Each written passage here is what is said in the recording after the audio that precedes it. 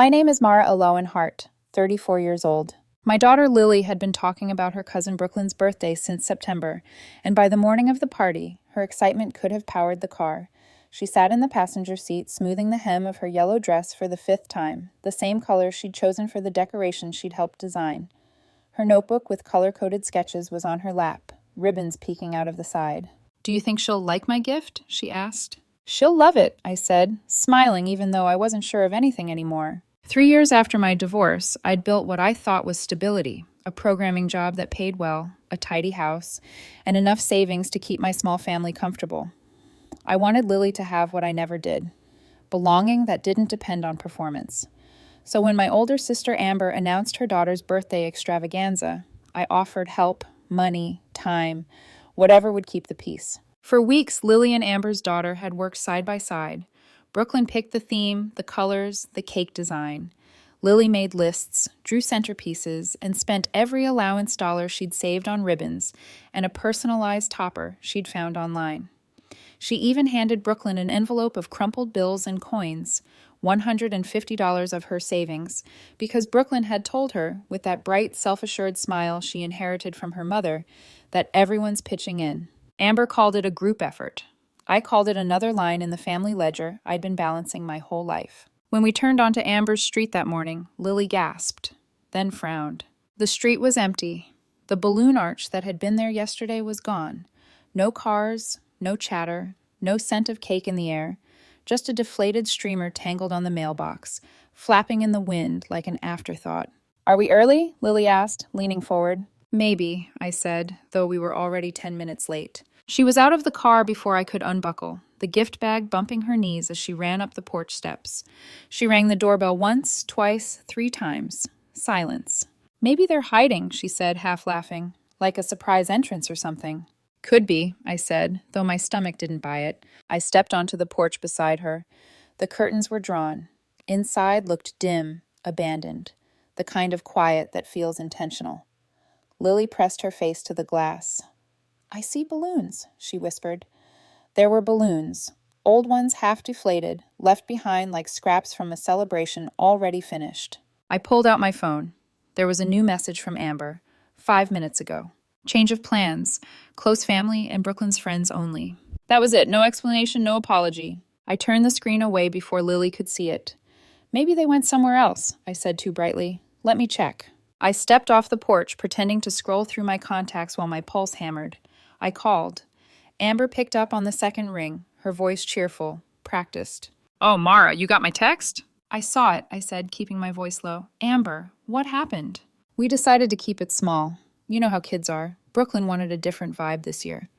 Just close family and her best friends. "She is family," I said. "And she's been helping you for weeks." Amber sighed, the long, patient sigh she'd perfected as a child. I know, but I can't make Brooklyn invite people she doesn't want to. She's getting older. She has her own group now. She's 10. "Mara," she said gently, almost purring, "please don't make this harder than it is." "She's sitting in the car with her gift," I said. "You could at least let her say happy birthday." "I can't. We're already out. We decided last night to do something more private." Meaning she'd known for hours and said nothing. Amber kept talking, something about hoping I'd understand, but I hung up mid-sentence. The wind tugged at my hair, sharp and cold, as I walked back to the car. Lily was waiting. "Did she answer? Are they coming?" "They changed plans," I said, forcing a smile. Her brow creased. "Change plans?" Before I could find a version of the truth that didn't sound cruel, her phone buzzed.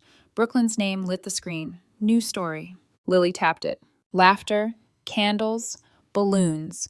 Brooklyn surrounded by classmates, faces glowing in filtered sunlight. The caption, "Family plus besties equals perfect birthday." She didn't speak. The color drained from her face. "She said it was family," she whispered. "I know. And friends. I know." "Am I not?" She stopped, her voice cracked. I reached for her.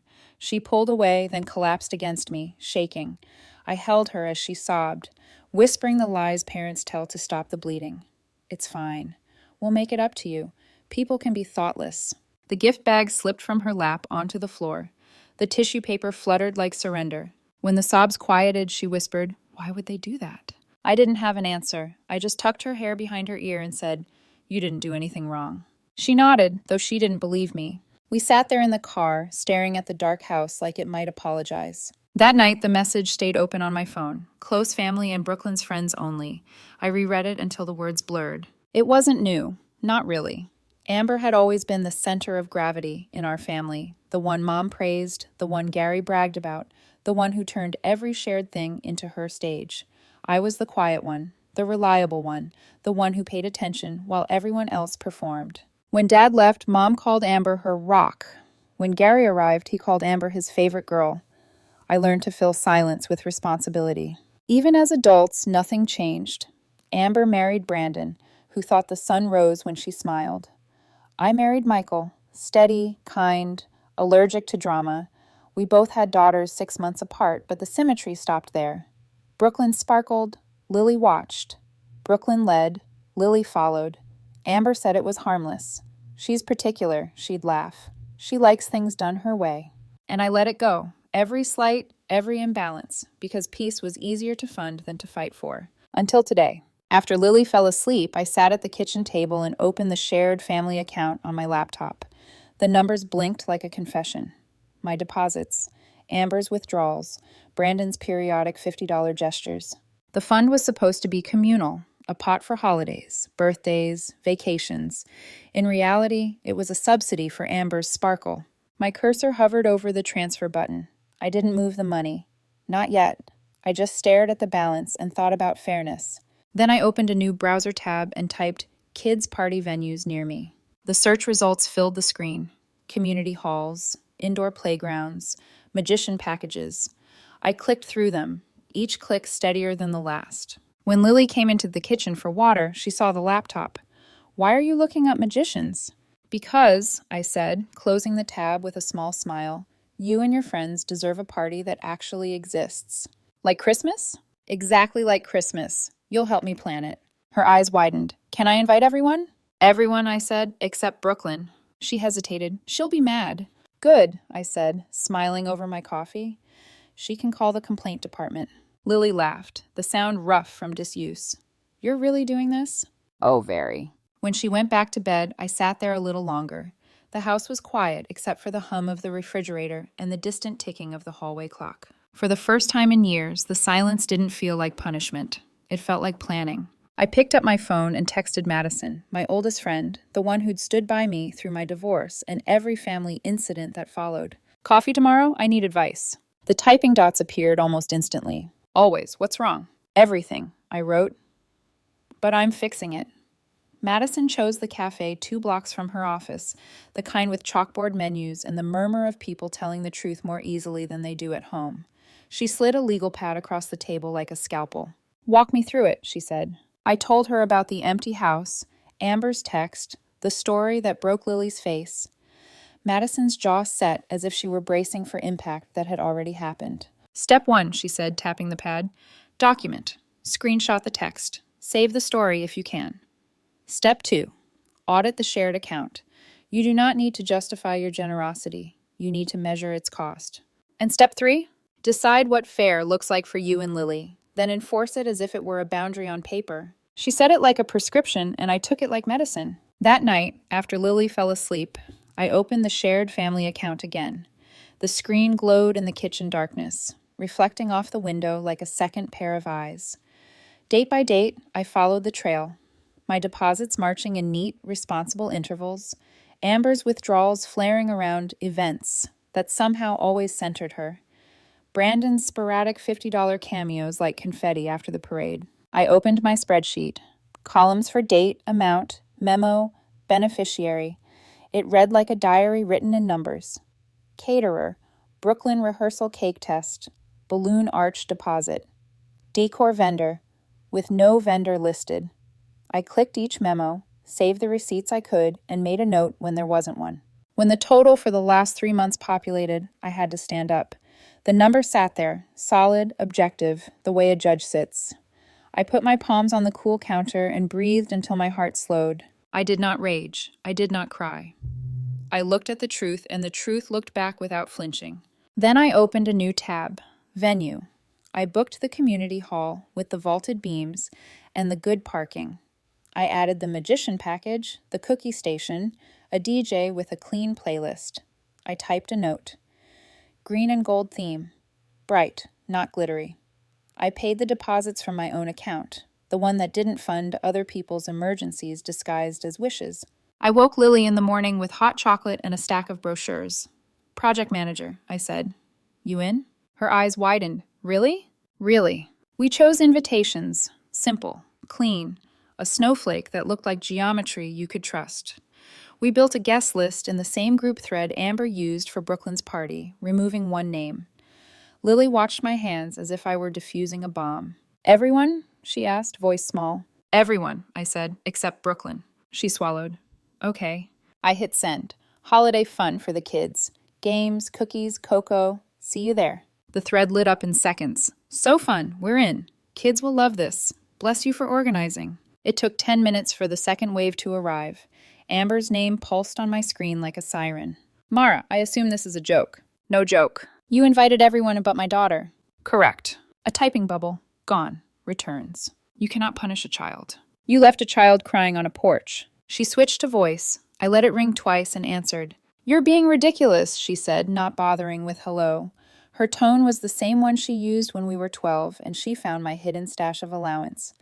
This is petty and cruel. No, I said, calm surprising even me. This is proportional. You're using family money, she snapped. The same family money that paid for a party my child wasn't allowed to attend. That was different. How? She hesitated. Because it was her birthday. And this is my daughter's Christmas party. You're making yourself look bad, she said, dropping into that airy moral high ground she thinks fits. People are already talking. They always are, I said, and ended the call. Within an hour, the group thread had mutated into a courtroom. Cousin emojis lined up like jurors. I don't think this is right. We shouldn't take sides. Think of the children. Someone DM'd me a screenshot of a side chat called Family First, where my name wore adjectives that weren't new, just finally public. At 3:30, my mother called. The ringtone felt like a demand wrapped in nostalgia. What on earth are you doing? She said, skipping hello. Hi, Mom. Your sister is in pieces. First time for everything. Don't start. She sighed that heavy sigh that means work with me while never moving an inch. You've humiliated her. And poor Brooklyn. What kind of person makes a child pay to go to a party? The kind whose child paid to go to one she wasn't allowed to attend. That's not the point. Then what is? You're tearing this family apart. This family came pre-torn, I said, and she gasped like I'd sworn. We hung up before we said something we'd have to pretend we didn't. By evening, my resolve felt less like iron and more like glass. I stood at the sink, hands wet, listening to Lily hum in the next room, and realized the narrative was tilting under the weight of everyone else's certainty. Amber was writing the script again, and I'd seen that play too many times. So I posted twice. A picture of Lily's envelope, her name in careful 9-year-old letters across the front. For decorations. $150. A screenshot of Amber's text. Change of plans. Close family and Brooklyn's friends only. No caption, no commentary. Silence fell like weather. Then the comments turned. Oh, wow. This changes things. I had no idea. That's awful. Amber didn't post for the rest of the night. Brooklyn's story count shrank as photos quietly disappeared. The next day around noon, my phone rang with a number I didn't recognize. I let it go to voicemail. A minute later, it rang again. Same number. I answered. Hi, Aunt Mara, Brooklyn said, voice sugar-sweet and careful. Mom said you're having a Christmas party? I am. I think I didn't get the invite.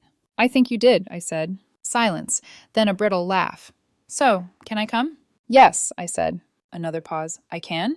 After you bring $150 from your own savings and apologize to Lily. Her breath caught. What? That's not fair. Exactly, I said, and ended the call before she could hand the phone to her mother. I put the phone face down. My hands shook, not from triumph, but from the way justice felt in my mouth. It wasn't sweet. It wasn't even satisfying. It was simply accurate. That night, I found Lily on the floor with ribbon rolls and a hot glue gun, tongue peeking out at the corner of her mouth. Concentration face. Ribbon arcs, she announced. Green gold, green gold. Project manager, I saluted. She grinned, brief, then brighter. Do you think Aunt Amber will call again? She might. Will you answer? Probably not. Good, she said, and I realized she had learned something more dangerous than revenge. She'd learned she didn't owe anyone her attention. The RSVPs rolled in through the week. Yes, yes, yes. The magician confirmed with a cheerful email full of exclamation marks I tolerated for the sake of children. The cookie station sent flavor options that read like a moral lesson, some very sweet, some just right. On Thursday, a private message from a mom I barely knew. For what it's worth, what you posted helped. My kid saw Lily cry at school on Monday. She didn't want to tell me. We're excited for your party. On Friday at noon, the doorbell rang. For a moment, my heart leaped. I thought, envelope, inevitably. But it was a delivery, a bulk box of cocoa packets with tiny marshmallows that looked like punctuation for joy. At 2 p.m., the doorbell rang again. This time, it was my mother. She didn't wait for an invitation. She breezed past me in a cloud of perfume and indignation. "This is madness," she said, marching to the living room like she owned the floor. "You are destroying your sister's reputation. People are saying things." "They said them before," I replied, just not out loud. "You're cold." "I learned from the best," I said, and watched the words land. She blinked. For a second, the facade slipped and confusion blinked through. "How dare you name what I trained you not to see?" Then she gathered her purse like a shield and left the door open behind her. I closed it gently. The quiet that followed wasn't empty. It held room. By evening, the group thread had gone from hot to quiet. That, more than anything, told me Amber was staging something. She never let silence win. She used it to build an entrance. "Whatever happens at the party," I told Lily as we packed the car the next morning, "you and your friends will have fun. That's the whole point." "And if they come?" she asked. "Then they come," I said. "And if they don't, we still dance." At the hall, we hung green and gold garlands from the beams. The magician arrived early, rehearsing card flips with a solemnity I respected. The DJ tested the speakers and played a snippet of a song that made the room bounce. Cookie trays lined up like edible constellations. The doors opened. Children poured in, shedding jackets and small anxieties. Cocoa steamed. Laughter rose. Lily's voice threaded through the noise, high, free, unafraid. I checked my phone. No new messages from Amber. No new messages from Mom. The silence felt like a coin spinning on a table, refusing to fall. Then the handle turned. The door opened. Amber stepped in first, heel click confident, red lipstick like a flag. Brooklyn followed, clutching a silver envelope with both hands. The room's volume dipped as if someone had turned a dial. They stood there a breath too long, waiting for their cue. And I understood. This was the scene they'd chosen. Public apology, public absolution. They would bring the envelope like a peace offering and take the party as proof they were still the son. I met Amber's eyes. She smiled, every tooth an argument. "Mara," she said, warmth turned up for the audience. "We wanted to talk." I nodded once and did not move to meet them. The space between us mattered. Brooklyn stared at the floor. The silver envelope shook in her hands. "Go on, sweetheart," Amber coached, just loud enough for the nearest parents to hear. Brooklyn swallowed. "I'm sorry," she said, words stiff as new shoes. "For not inviting Lily. It was mean. I shouldn't have." She extended the envelope. "This is from my savings." I took it and didn't open it. "Thank you," I said. Amber exhaled like a director whose scene had gone to plan.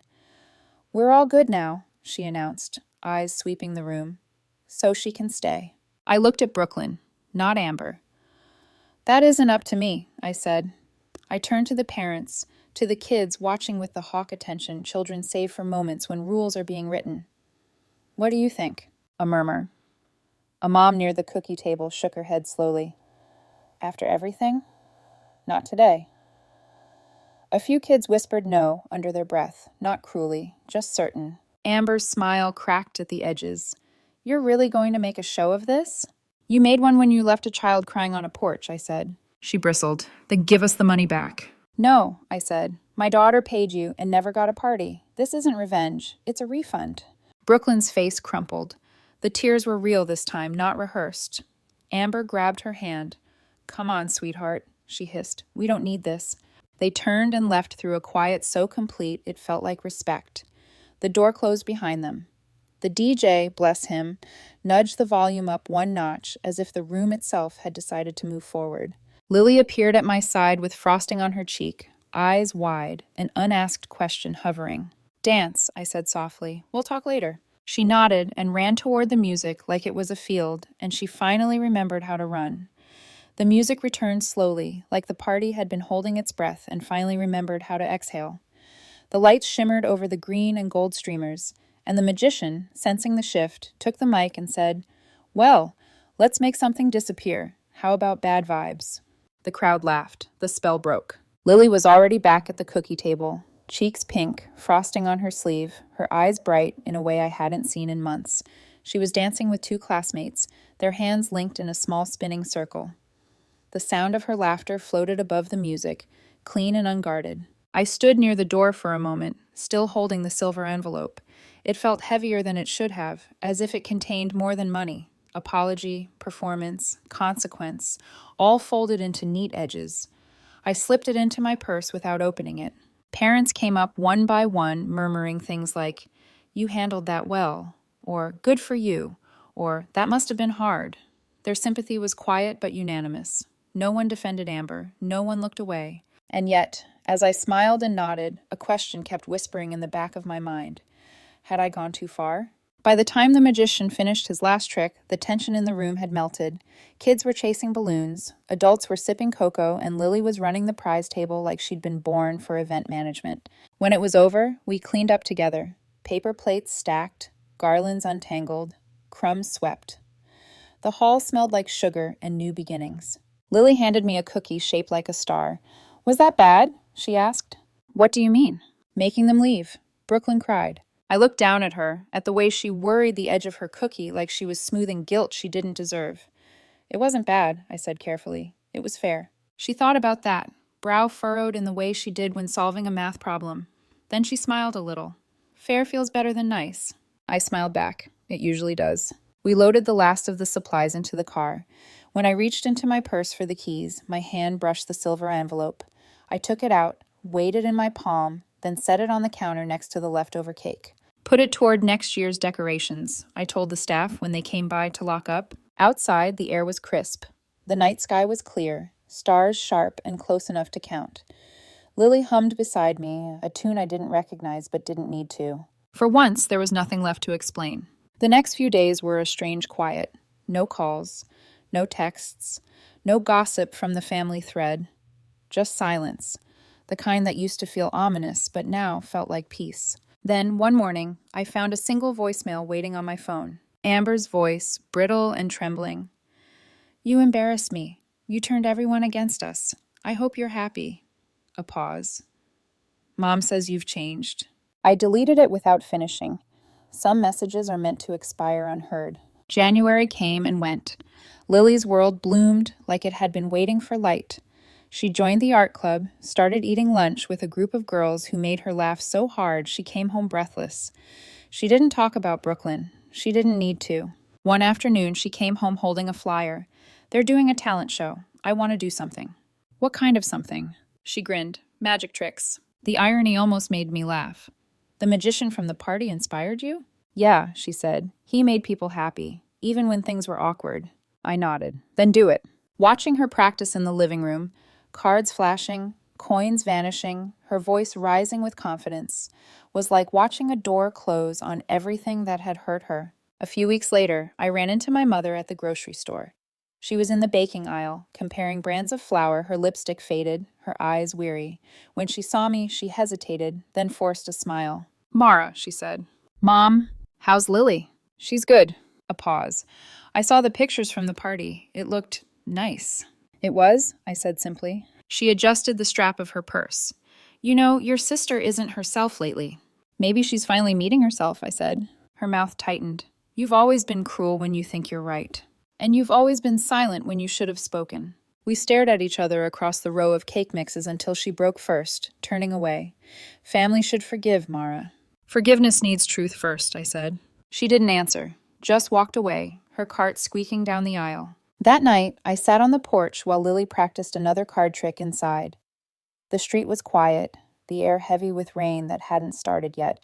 I thought about my mother's words, about Amber's voicemail, about the fine line between justice and revenge. Had I really taught Lily strength, or had I just taught her how to win? The porch light flickered, catching a photo taped inside the kitchen window. Lily laughing at the Christmas party, green and gold behind her, frosting on her chin. I stared at it and felt something ease inside me. Maybe strength and kindness aren't opposites.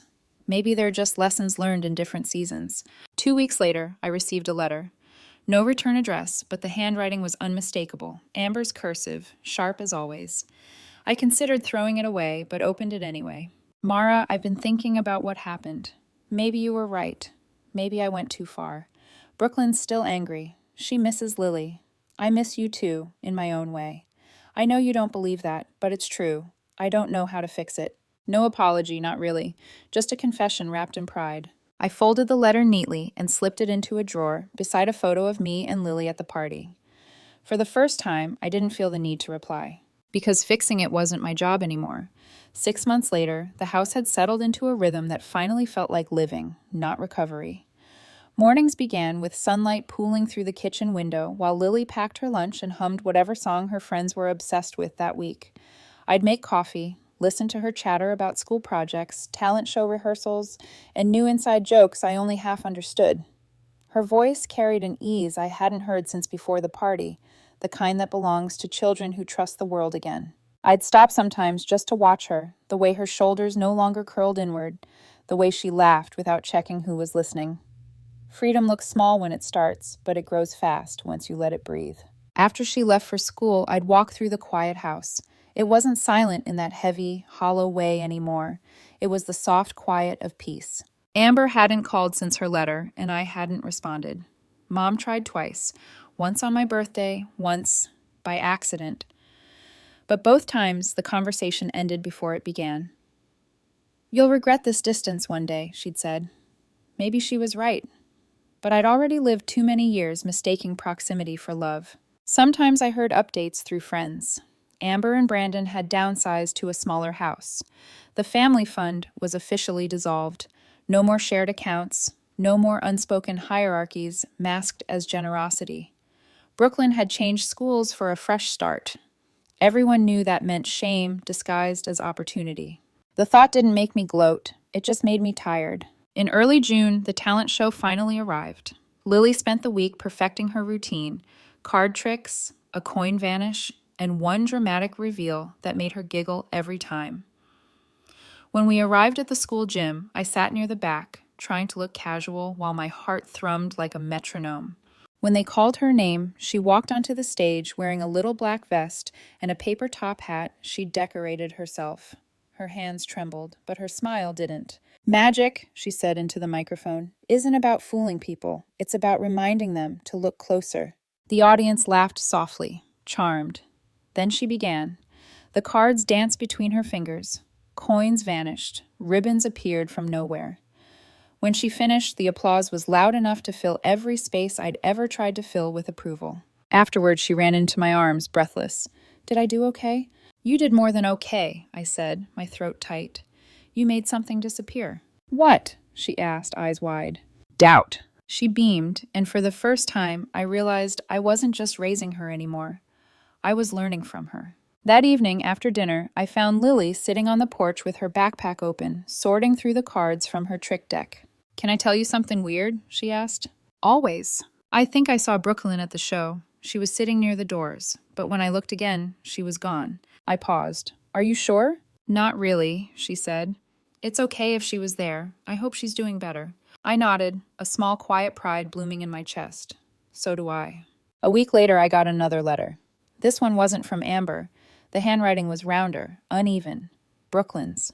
"Dear Aunt Mara, I know you probably don't want to hear from me, but I wanted to say thank you.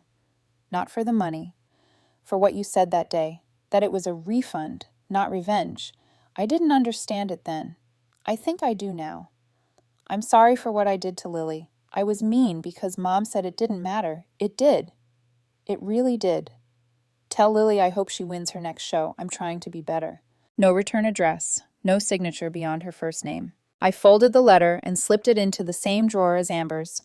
2 pieces of paper, 2 confessions that didn't erase what happened but finally acknowledged it.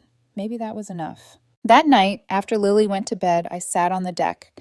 The air smelled of rain and cut grass. Fireflies blinked across the yard like small, forgiving lights. I thought about Amber, about Mom, about how our family had always measured love by what we gave rather than what we protected, Maybe breaking that pattern had looked cruel from the outside, but cruelty had always been their camouflage for control.